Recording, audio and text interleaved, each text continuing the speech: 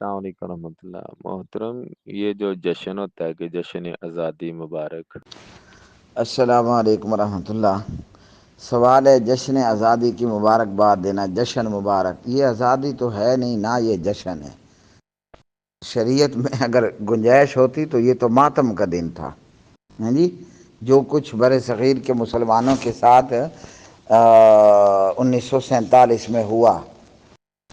ہوئے ہوئے ہوئے اللہ اکبر۔ میں آپ کو مزے کی بات بتاؤں، کل میں نے پڑھا ہے صلیبیوں نے جو ہے وہ 3 سال تک شام میں اکا نامی شہر کا محاصرہ کیے رکھا۔ 3 سال بعد وہ شہر میں گھسنے میں کامیاب ہو گئے، اور اس طرح گھسے کہ وہاں کے جو قلعے کے ذمہ دار تھے نا، اس نے صلیبیوں کے ساتھ معاہدہ کر لیا کہ ہم جان کی امان پر قلعہ آپ کے حوالے کرتے ہیں۔ کیوں؟ مسلمانوں کو پتہ چل گیا تھا کہ کل صلیبیوں نے قلعے کو فتح کر لینا ہے اور اس کے بعد قتل عام ہوگا، تو قتل عام سے بچنے کے لیے انہوں نے معاہدہ کر لیا کہ بھئی قلعہ اکا ہم آپ کے حوالے کرتے ہیں اور آپ ہمیں ہماری جان مال کی حفاظت کی ذمہ داری دو گے۔ تو اس وقت جو صلیبیوں کو لیڈ کر رہا تھا وہ فرانس کا رچرڈ تھا۔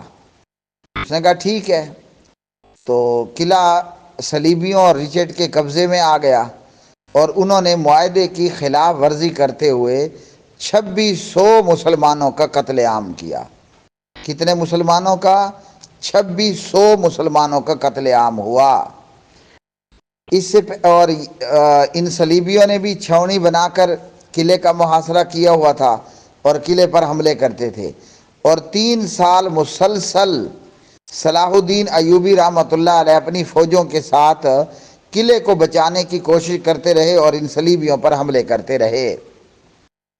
صلاح الدین ایوبی کی تاریخ یہ ہے، اور مسلمانوں کی بھی یہ تاریخ ہے، نبی پاک علیہ السلام کی یہ سیرت ہے کہ انہوں نے بہت سارے صلیبیوں کو مفت میں چھوڑا یا معمولی فدیے پر چھوڑا یا قتل و غارت گری سے گریز کیا، لیکن صلیبیوں نے 2600 مسلمانوں کو معاہدے کے باوجود قتل کر دیا۔ ان میں عورتیں بھی تھیں، بچے بھی تھے، بوڑھے بھی تھے، بیمار بھی تھے۔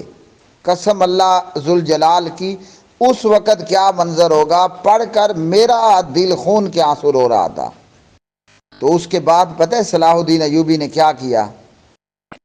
جو بھی صلیبی قیدی ہاتھ چڑھا اس کو قتل کا حکم دیا، اب ان میں سے ایک کو بھی نہیں چھوڑنا۔